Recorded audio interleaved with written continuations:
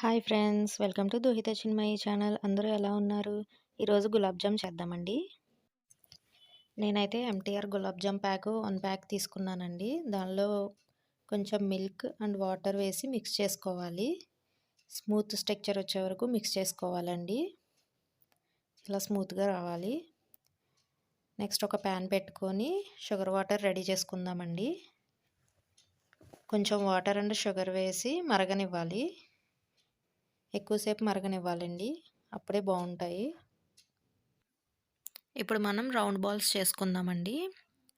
చేతిలో కొంచెం ఆయిల్ తీసుకొని చిన్న చిన్న బాల్స్లా చేసుకోవాలండి. ఆయిల్ తీసుకోకుండా చేస్తే మంచిగా రావండి. ఇవి ఎంత స్మూత్గా వస్తే గులాబ్ జామ్ అనేది అంత టేస్టీగా ఉంటుంది. ఆయిల్లో వేసినప్పుడు కూడా విరిగిపోకుండా ఉంటాయండి. క్రాక్ అనేది రాకుండా చాలా స్మూత్గా బాల్స్ చేసుకోవాలి. ఈలోపు మనం ప్యాన్ పెట్టుకొని ఆయిల్ హీట్ చేసుకొని ఇంకా 1 బై 1 బాల్స్ అన్నీ వేసుకోవాలండి. అలా 1 బై 1 బాల్స్ అన్నీ వేసుకొని కాసేపు ఆగిన తర్వాత మాత్రమే టర్న్ చేయాలండి. వెంటనే టర్న్ చేస్తే విరిగిపోతాయి. అలా బాల్స్ అన్నీ వేసుకొని టర్న్ చేసుకోవాలి. గోల్డెన్ కలర్ వచ్చే వరకు ఫ్రై చేసుకోవాలి.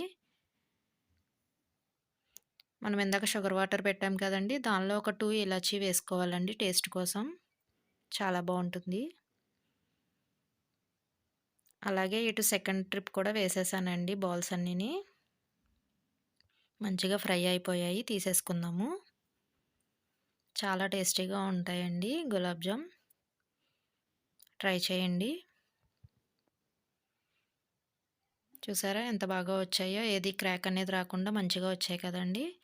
ఇవన్నీ షుగర్ వాటర్‌లో వేసుకోవాలండి. కాసేపు ఆగిన తర్వాత వేరొక బౌల్‌లోకి షిఫ్ట్ చేసుకోవడమేనండి. చూసారా ఎంత స్మూత్‌గా ఎంత బాగా వచ్చాయో? మీరు కూడా ఒకసారి ఇలా ట్రై చేయండి. ఈ వీడియో గనుక మీకు నచ్చినట్లయితే like, share, subscribe. Thank you friends.